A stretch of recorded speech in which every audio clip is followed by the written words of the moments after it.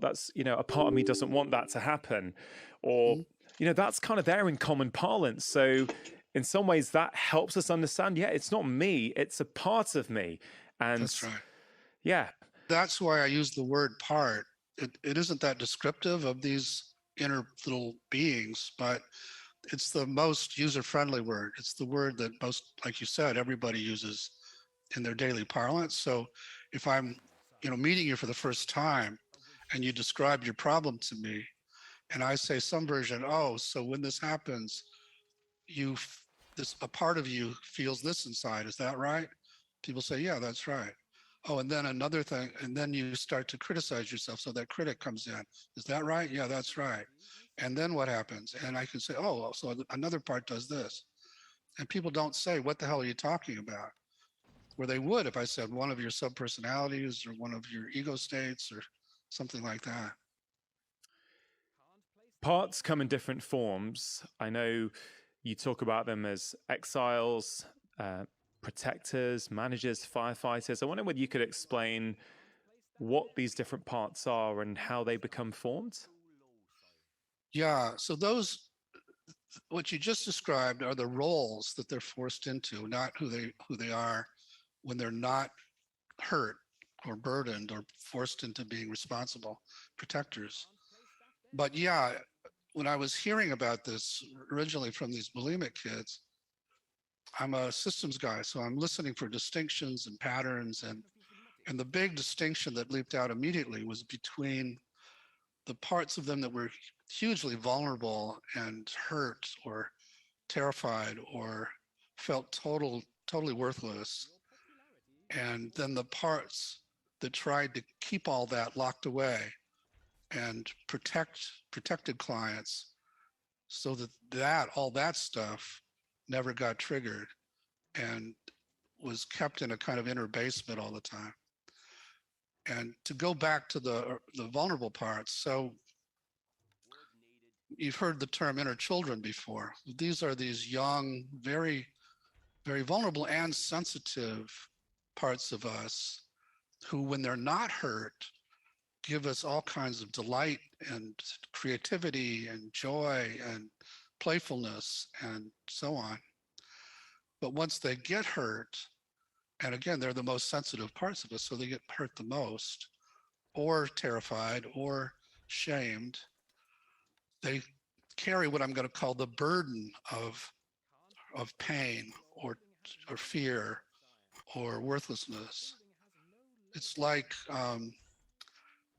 almost like during the trauma, the beliefs and emotions from the trauma enter the part almost like a virus and attach to the part and then drive the way it operates from that point on. And so parts contain burdens, but they aren't the burdens they carry. Those came into them from those experiences. So yeah, the parts, so these exiled parts carry those particular burdens from being rejected or abandoned or neglected or actually physically abused and so on. And after they get hurt, they shift from their delightful state, and now they have the power to make us feel all that sort of perpetually all the time.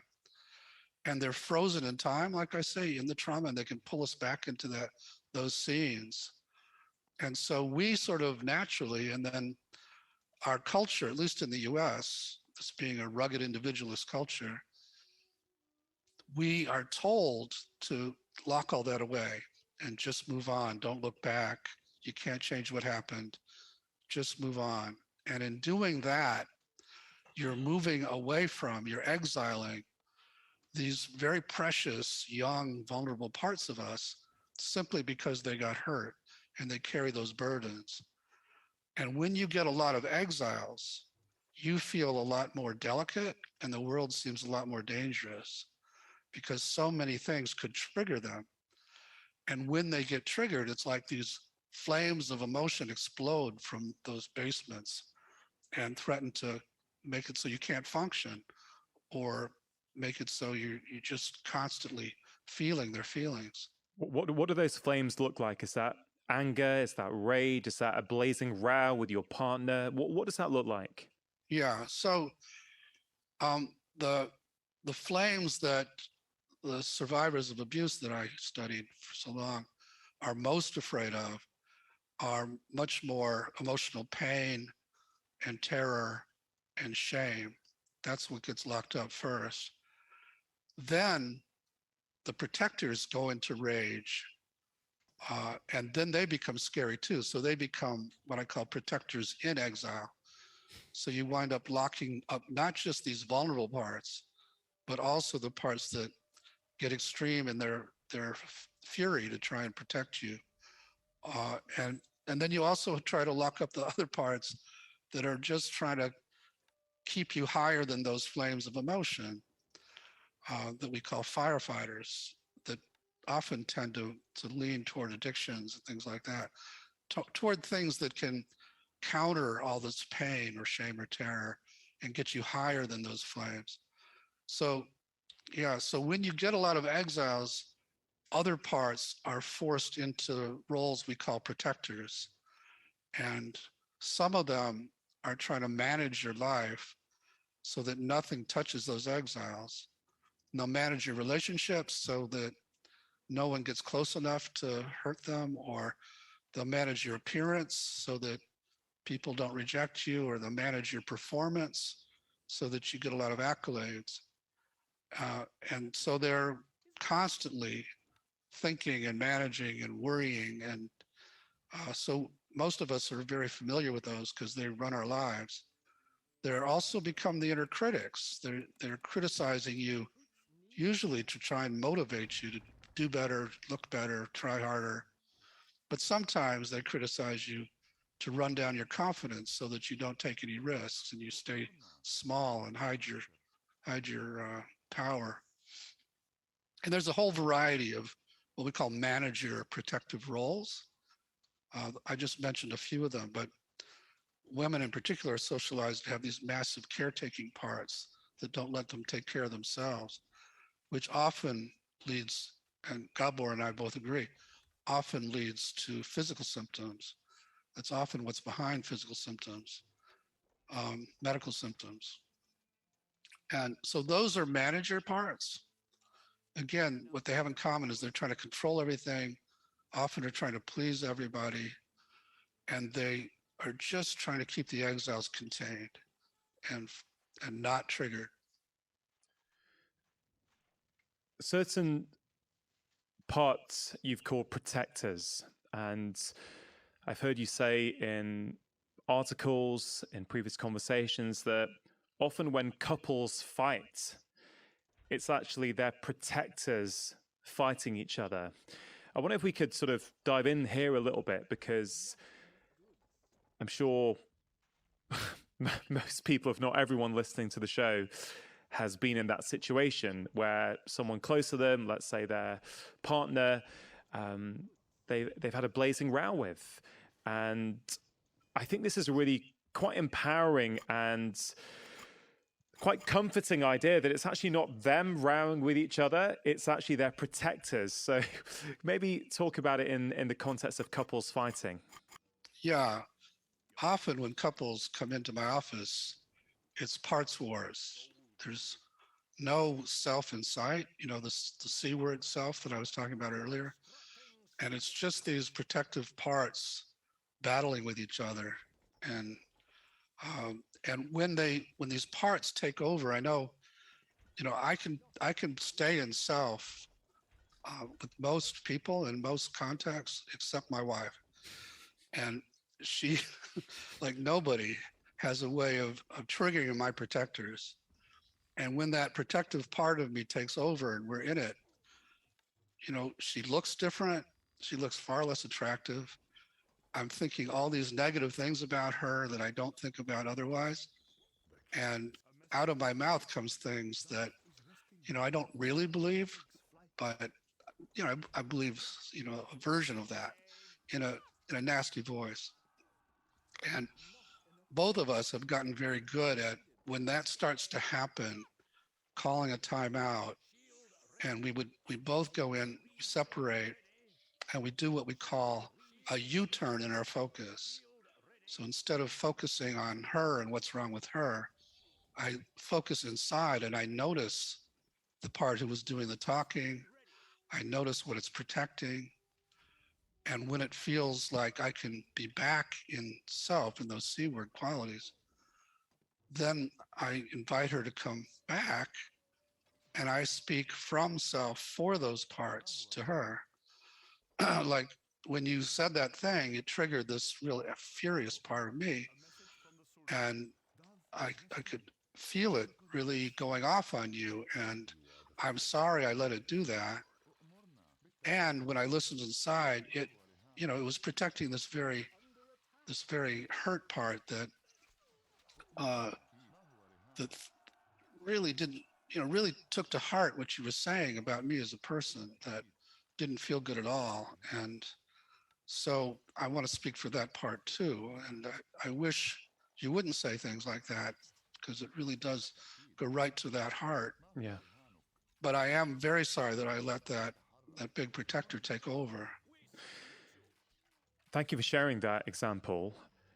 I imagine that you, Dick, have got a pretty good level of self-awareness as to when it's your parts and your protectors starting to take over and speak, given the work that you do, given the, you know, the amount of time you've been helping people, and through that, I'm sure, helping yourself. That might be quite difficult for people initially, like in the actual emotion of a fight or conflict. It might be quite difficult to be able to even have that awareness to take a pause and say, hey, look, you know, we just need to sort of change perspective at the moment. Just, I'll come back in 5 minutes or whatever. And I guess when I think of IFS, and certainly my relationship with IFS, I feel that it does an incredible job, first of all, of giving people awareness where previously there may not have been awareness, which I think is incredibly valuable, but it doesn't stop there. I think it takes the next step, which is, okay, now that I've got the awareness, let me go in and, I guess in my words, I would say rewrite the story, change something. Whereas not all therapies, in my experience, do that. So let's go back to couples for a second.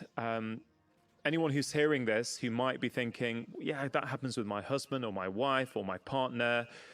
Is there anything practical they can think about doing in that moment?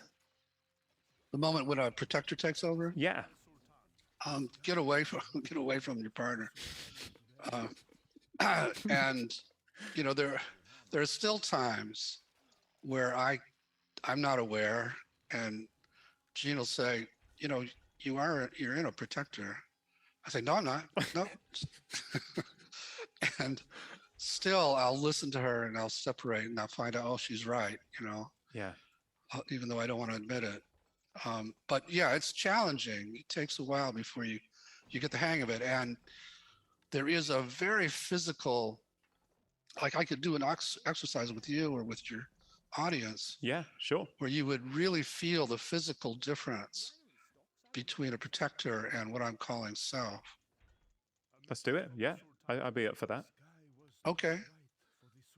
All right. So think of somebody in your life that triggers you. And you don't have to disclose who it is, but you can if you want. Kind of consistently gets your goat.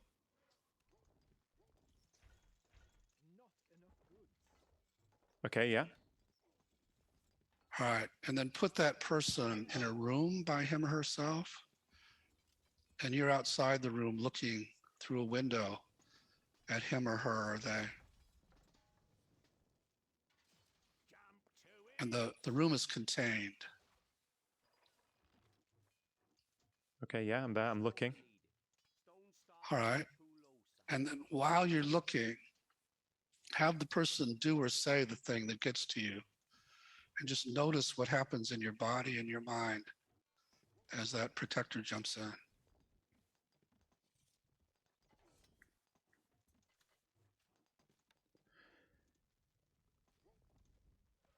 I felt just a general sort of tightness and tightening up in my body and my mind, a frustration. Yeah, those are the things that I initially felt. Yeah. So you're noticing your muscles and you're frustrated in your mind. Yeah. Also check and see how open your heart is now. I also felt my heart rate going up, actually, which I didn't say. As soon as you said it before, I felt I could really feel my heart and it going up. So I would definitely say it does not feel open. Yeah. And what kind of urges or impulses are coming as you see the person doing this?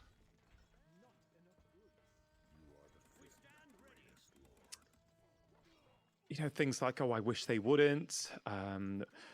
Why do they keep doing that over and over again? We've been here before. We've had that conversation. Why does it keep happening? Those are the things that are coming up for me. Yeah, good.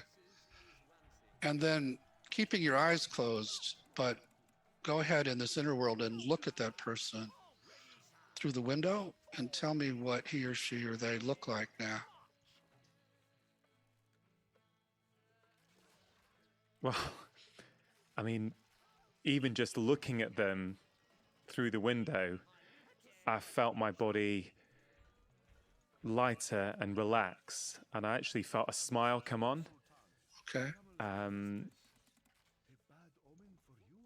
I just see them being just, you know, being themselves, like for who they are. Like I can actually just see that just they're very close to me. They've got all these lovely qualities.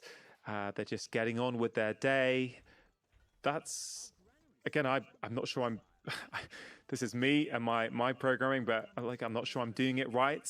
No, that's great. So what happened when I asked you to look at the person, that evoked yourself, and that protector relaxed somehow. And so just notice now what it feels like in your body and in your mind. Yeah, it feels completely different. I feel less tense. I feel heart rate slowed down. Actually, I even feel my tone of voice has changed somewhat. I feel Totally changed, yeah. Has it? Yeah. Yeah. And yeah, I want to smile, and I do feel open-hearted at the moment. Yeah. And you would relate from this place if the person was in the room, right? Was in your room now, right? Yeah. Yeah. All right, but to continue just for a minute, go back to that protector who was so irritated. Okay. And find him again in your body.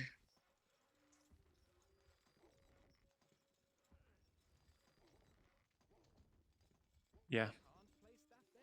And how do you feel toward him as you notice him there?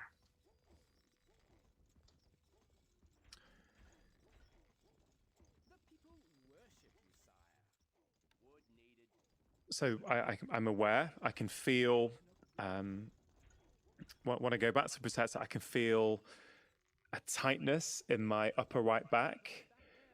And how do I feel towards it? Yeah, how do you feel toward him or it? Well, I guess I feel a separation first of all, a separation in the sense that, oh, I can see that is just a part that's kind of sitting there. It's not all of me. That's the first thing I can see. I guess I want to say I feel compassion towards it, but I don't in this moment. I don't think. No, just be totally honest. Yeah. Yeah, I don't. So what do you feel? Probably a frustration that it's there. Yeah, of course. Okay. But we are going to ask the one who's frustrated with the angry one if it would give us the space to help it and get to know it a little bit. And just see if the one who's so frustrated would be willing to open some space and separate a little bit. Yeah, it's willing to step away. Okay. And then focus on the irritated guy again and notice how you feel toward him now.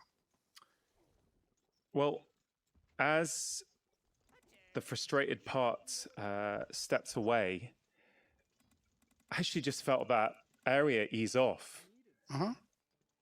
literally instantaneously. Right. And, you know, it still surprises me when, you know, when that happens, but it really just happened immediately. I just didn't feel that tightness as soon as it happily steps away. And perhaps, could that because I've done some of this work before? And so... No, a lot of times people can do it this readily. So... Okay, so it steps away. I feel lighter. And how do you feel toward the original protector now? Yeah, I feel okay towards it. I feel, okay, it was there. It was trying to do something. I feel it. It's in the word, right? But I feel it was trying to protect me, and I'm actually quite thankful. It's like, okay, cool. You're trying to protect me, but you don't need to. But I see what you were trying to do. So yeah, say those words to him and just see how he reacts to getting that appreciation.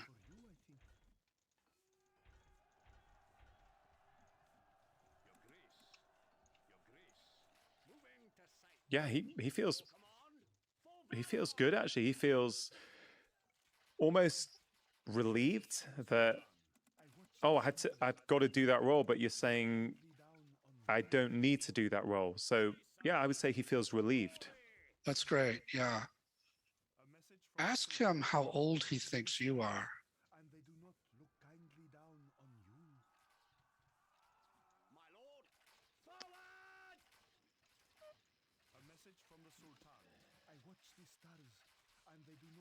He thinks,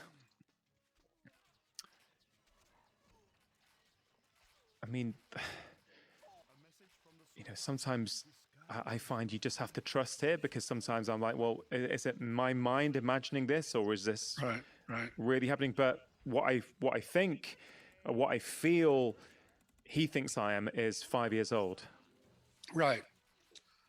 So let him know you're older than that, and just see how he reacts to that information. Yeah. Again, I think it's relief that... Yeah. So let him know you can handle a lot more than you could when you were 5, and that he doesn't need to keep protecting you this way from people like the one in the room. You can deal with these people. Yeah. And see if he's starting to trust that more. Yeah, I feel that part is happy to stand aside, and that word relief keeps coming up. That's good. Hey, yeah, I don't need to, it's quite a tiring role. I don't need to do it anymore. That's right. And ask him, if he really came to trust that, what might he like to do inside of you instead of this being this irritated guy? He could do anything he wanted. I think he just wants to hang out and and sort of relax and chill and sort of accompany me along my life and see what I'm doing. That's what I'm feeling. So let him know that that's his new role if he wants it. Okay. Does this feel like enough? Because we could keep going, but what do you think? Yeah, look, I mean, certainly for me, it feels enough. I'm very happy to keep going. As I said at the start, I really want this to have value for people. I really want them to get a sense that actually it can be helpful in so many different instances. So if you feel keeping going would be helpful, then yeah, let's do it. Okay, yeah, let's keep going. All right, so go back to him and ask him if he protects another part of you that's vulnerable. And don't think of the answer, Rongan. Just wait and see what comes.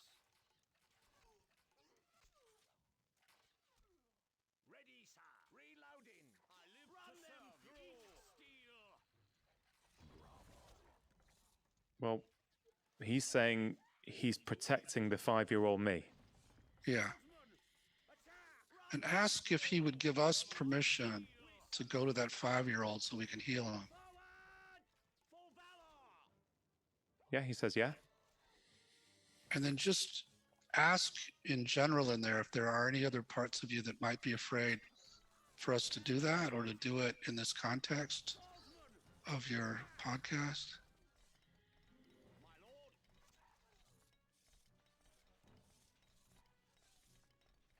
So the part that's presenting itself at the moment is, will this be useful for anyone? Will anyone think this is helpful for me, or will they think, you know, yeah, what are you doing? So that's the part that's coming up. Let's just see if he'll give us some space. Even, you know, I strongly suspect it'll be very helpful. But just ask him to trust you and me for a minute and to step back in there. Okay. Yeah, he stepped back. Any other fears about going to the 5-year-old? No. I'm quite sort of looking forward to it, actually. Okay. Then go ahead and focus on him and find him in your body or around your body.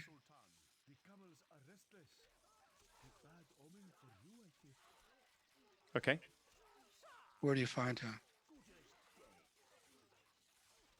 I mean, I think I find him around the stomach area. Okay. And as you notice him down there, how do you feel toward him? Yeah, like love. Good. And I feel So I'm breathing more deep as I focus on the stomach area. I feel instantaneously I'm just breathing more into it, and I'm breathing more deeply and more slowly. Perfect. And let him know that you love him and just see how he reacts. Yeah, he's got a big smile on his face. Good. And how close would you say you are to him in there in terms of meters away? So I'm about 1.5 to 2 meters away from him. Okay, good. Yeah, so you're pretty close. So let's just ask what he wants you to know about himself. And don't think of the answer, just wait and see what he says to you.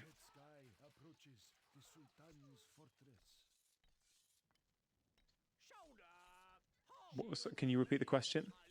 Well, yeah, just the open question of what does he want you to know about himself?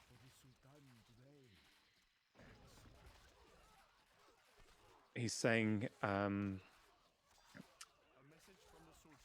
he wants me to know that he wants to be loved. Uh-huh. Okay.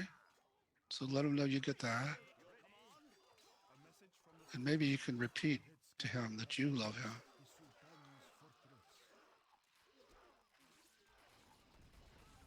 And see if that feels good or it's not enough or he wants somebody else.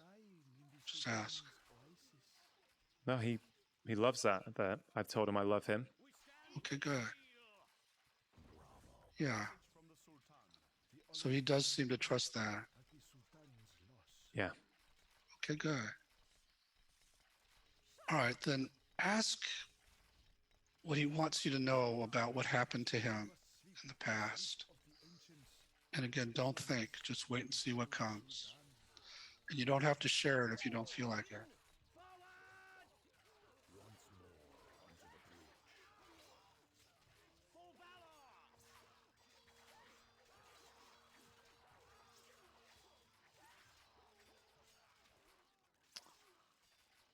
Yeah, he's told me something about this desire to be loved, this really that he wants to be unconditionally loved. Yeah. No matter what he does is what he really wants. And so he didn't feel that? Is that what he's saying? Yeah, he's telling me that he feels he has to do certain things in order to feel that love. Yeah, and what's that like for him to have to do that? He just doesn't like it. It feels like it's tiring. It's always an effort. He's, yeah, he doesn't like it. And what does it make him feel about himself?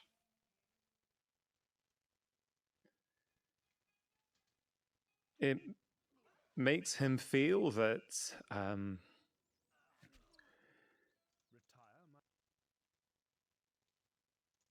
yeah, he feels he's got to do things to get that love. So he feels that he's got to change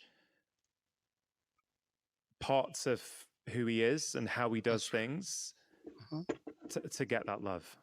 Yeah, so he feels that parts of him aren't acceptable by themselves. Yeah. Okay. And how are you feeling toward him as you're getting this? I mean, me, Yeah. I feel nothing but just waves of compassion for him. I just want to cuddle up this 5-year-old. I want to cuddle up me as a 5-year-old. Right. So go ahead and do that. And also let him know that you're getting how hard that was for him. That we're all getting that. It sounds really hard. And see how he reacts to being understood. Yeah, he's got a smile on his face because he knows that I'm there to be there for him and support him. And I think he kind of really likes it that I'm there. Good. And you can be there with him, but let's go into the time that he's stuck in the past and be there with him too, such that you don't see yourself with him. You're just there. You see him and his surroundings. Just like you and I are talking, you don't see yourself with me. You're just talking to me. So I want you to do the same with him. Just be there in the way he needed somebody in the past where he's stuck. And just tell me when you're back there with him. Yeah, I'm back there with him. And how are you being with him?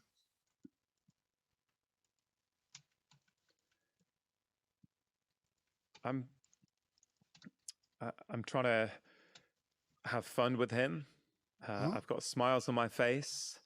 I'm trying to show him that he is loved and that he doesn't need to change who he is. So I'm trying to just radiate warmth and love towards him. Perfect. And he seems to be trusting that.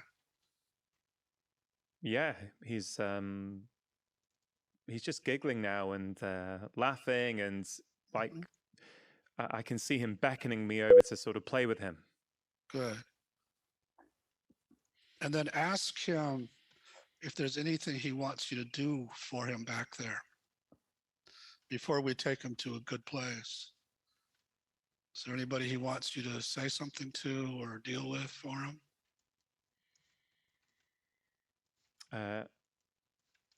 Yeah, he does. He wants me to have a chat to, other people there who he feels don't understand. Yeah. So go ahead and do that for him as much as he needs you to. And he can watch how you deal with them.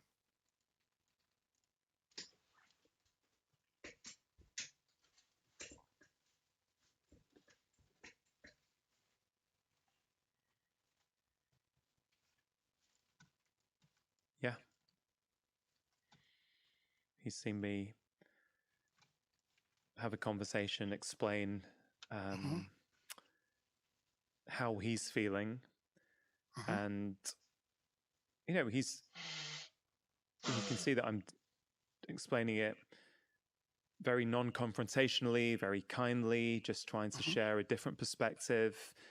And he's kind of nodding at me. He likes the fact that I'm doing this for him.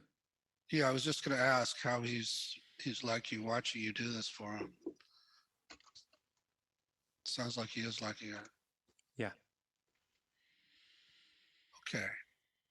Then ask if now he's ready to leave that time and place and come either to the present with you or to a fantasy place of his choice. Yeah, he'd like to go to just go and do something fun together in a different place. Okay. So go ahead and set that up.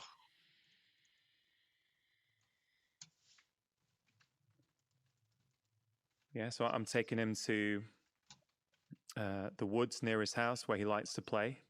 Great. And yeah, we've gone there on our bikes. Good. And so tell him you're going to be taking care of him now this way. And given that, ask if he's ready now to unload the feelings and beliefs he got back there. Yeah, he's ready. And ask where he carries all that in his body or on his body.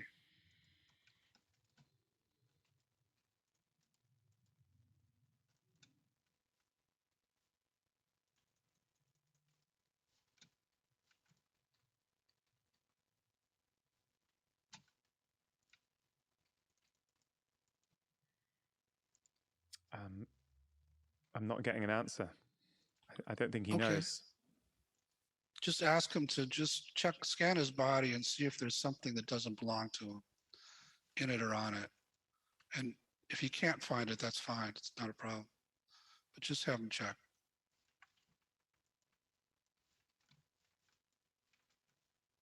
Yeah, he says it's in his stomach. Okay. And what would he like to give it up to? Light, water, fire, wind, earth, or anything else?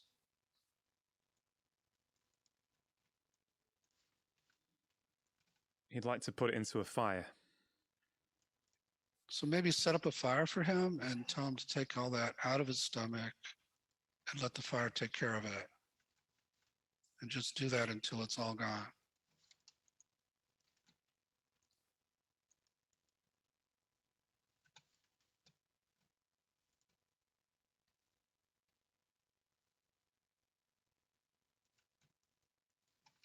Yeah, he's put it all in the fire. How does he feel without it? Yeah, he likes it. It feels good. He says he feels sort of lighter and freer. And tell him now if he'd like to, he can invite qualities into his body. And you can just see what comes into him, whatever he'd like to have. Yeah, he said he would like that. So tell him to go ahead. Whatever he'd like to have, just tell him to invite it in.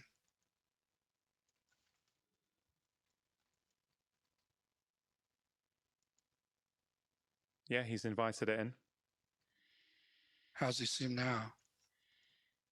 Yeah, he seems good. He's smiling. He's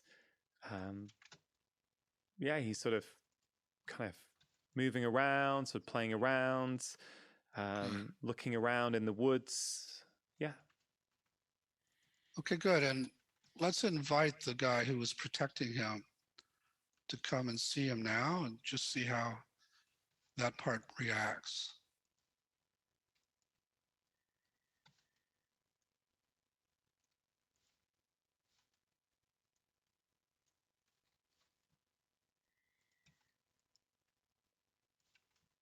Yeah, the part that was protecting him feels pretty good and feels satisfied that he doesn't the 5-year-old doesn't need protecting anymore. That's great. Yeah, that's terrific. So does that feel complete for now? Yeah, feels pretty good. So thank your parts for letting us do this much. And when it feels right, you can just start to shift your focus back outside. Yeah. And how do you feel now?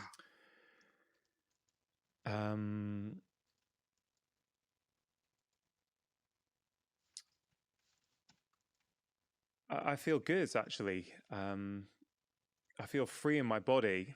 Yeah, that felt that felt pretty significant, actually. Did to me as well.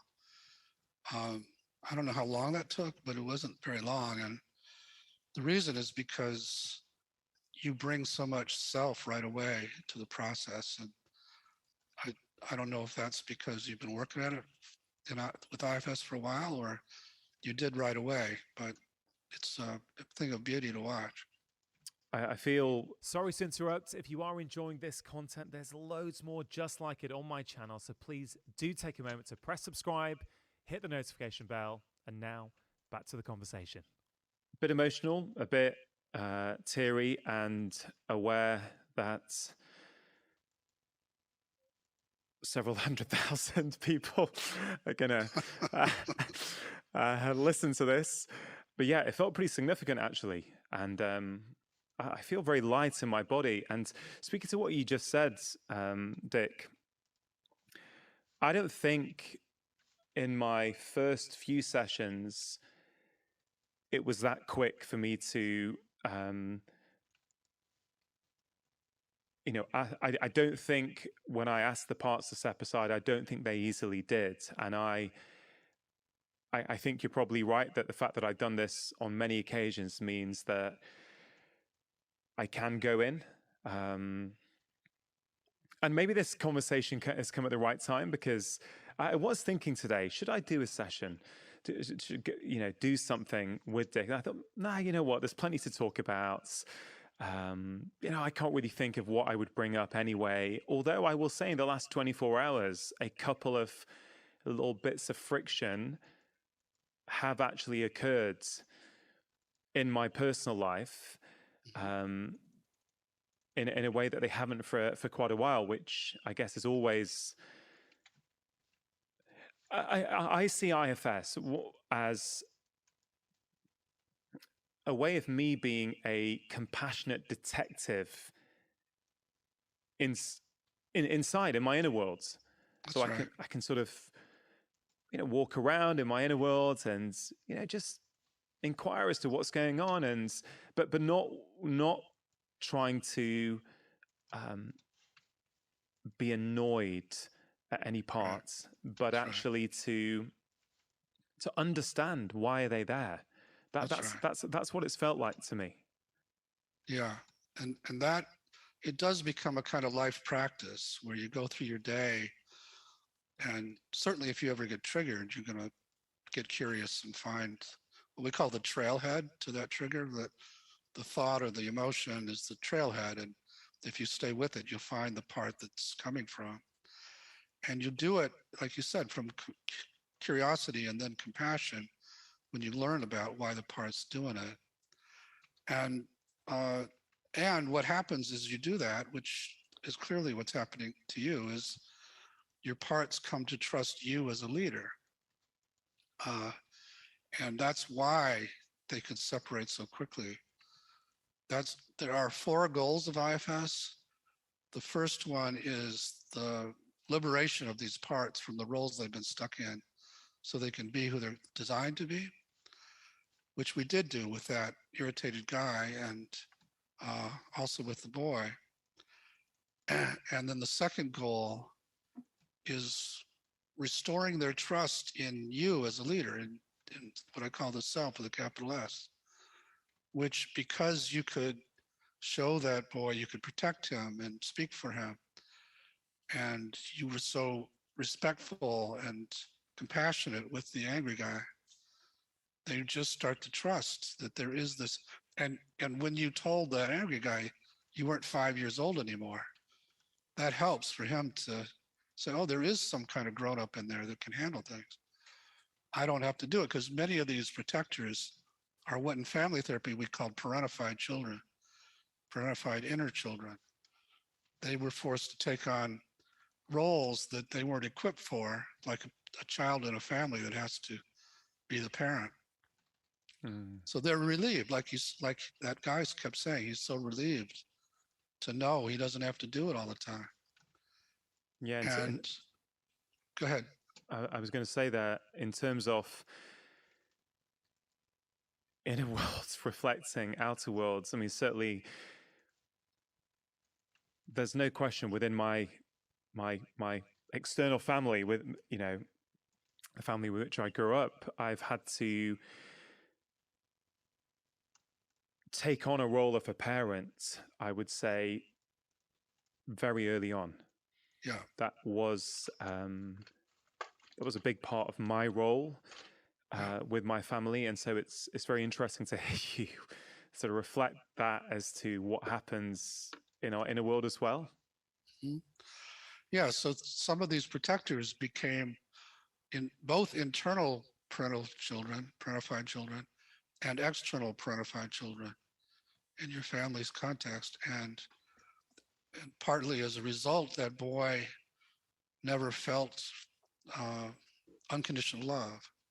I don't know never, but he didn't feel a lot of unconditional love because he had to play this role all the time. And I was going to go through the other two goals. Oh, please. One is, yeah. The third is we didn't do a lot of it, but bringing these parts together like we did at the end, and seeing now they can form new relationships that are much more harmonious and work together in different ways. And then the last goal is for you to be more self-led in the outside world, in both in relationships with your family, but also, you know, as you get to know self more and more, self has a kind of vision for your life, and self sees clearly. That's one of those C words, and it can see injustice, and so you're motivated to do something about injustice and imbalance in the world. And so some of what I try to do is help people access more self, and then they become more and more activists. And I am working with some of the top activists in the world to help them do their activism from a more self-led place. Yeah. As you talk about those goals, you know, I'm led to this thinking about IFS that I passionately believe it's for everyone, like every single person. I cannot imagine there's someone out there who would not benefit from IFS or a form of it in their lives. And I think, you know, sometimes I feel, I don't know if you ever feel this, Dick, that is it seen as a form of psychotherapy? And if it is seen as a form of psychotherapy, is that in some ways problematic in terms of expanding its reach? Because what I feel it's something that sits, that you can use alongside other practices. You can use whatever religion you are, whatever your spiritual belief system is. You can still use this as a technique and as a framework for, you know, detecting what's going on in your inner world and changing it. But I think some people think therapy, oh, that's for sick people. That's for people who've got depression, or, you know, that they're really struggling. They need therapy. What on earth do I need therapy for? Right. You're right. That is a problem as we try to expand our reach with it. And we're playing with different ways to frame it. Because now we are working with non-therapists, and we are also trying to, non-therapists like coaches, executive coaches, and other kinds of professions, teachers, and but also we're trying to how can we bring this to the public in a safe way? Because it is, as you saw, it can take you to delicate places quickly, and everybody's got a kind of delicate inner ecology that if you make a couple wrong moves could blow up. So that's the challenge now, and I'm convinced that there's a version of it that we can bring to the public in a safe way. Yeah. But it's exciting for me to hear you catch the larger vision of it, because I've held that vision for many, many years, basically by myself. And now a number of people are starting to carry it with me. Yeah, no, it's so clear to me that it actually has universal application. You know, I as I said, I went into it. I didn't have a diagnosed, you know, and I'm saying this with inverted commas, problem or an official diagnosis. No, I had a body complaint, and the person I was seeing thought that this would be a good thing to explore. But I could feel the difference. I could feel the power of it. And the drive for me, a lot of it was after my dad died. You know, I really wanted to understand myself better, understand my programming. Why did I think certain ways? Why did I make certain decisions in certain ways? Why did some people trigger me in certain ways and not others? And also becoming a parent, that was huge. Yeah. Because, you know, you transform yourself, you naturally, automatically transform the way that you parent. Because otherwise, you're just imprinting your kids with the same kind of adaptations that I developed, that I'm trying to get rid of, or trying to reframe, let's put it, in my 30s and 40s. It's like, well, there's an opportunity here to not put that onto my kids. Yeah, I mean, to the point where I sometimes think, well, I bet you kids could intuitively get some of these concepts. Oh, that's not me. That's a part of me that just got angry. Have you got any experience of doing this with kids? Oh, yeah. There's a lot of IFS therapists that are child therapists, and kids get it right away. They haven't been socialized away from the phenomena. So when you ask about one part, they'll tell you about 3 others. And with them, we use a lot of play therapy technique, younger kids. So draw your parts or puppets, or the kids love it, actually. So that's all very, very fun. And they have self. They have the ability, you know, they can't drive a car, but they have the ability to heal themselves that way and be good inner parents to their exiles. So it's very joyful to work with kids. One of the other benefits I just like to share with people to really, again, keep sort of highlighting how powerful I think it is that I've been thinking a lot, Dick, about this concept of personality over the last few months. And, you know, for most of my life, my friends and my family would tell me I have an addictive personality. And there were various ways in which I would demonstrate that addiction. If I get into something, I'm all in. And, you know, probably when I was at university in Edinburgh, you know, I used to like going to the casino, or gambling on a game of pool, or frankly, gambling on anything just for a bit of a buzz. And I would do it quite a lot, but never to the point where you think this is a problem, let's say. But what's really, really interesting is, as I've gone on this self-healing journey, I've not tried to stop gambling, or I've not tried to stop any of those other things. They've just naturally fallen by the wayside, as if they no longer need to be there to do what they previously did. Yeah, that's what we find over and over. So, you know, we have groups of IFS therapists working mainly with addicts of various kinds.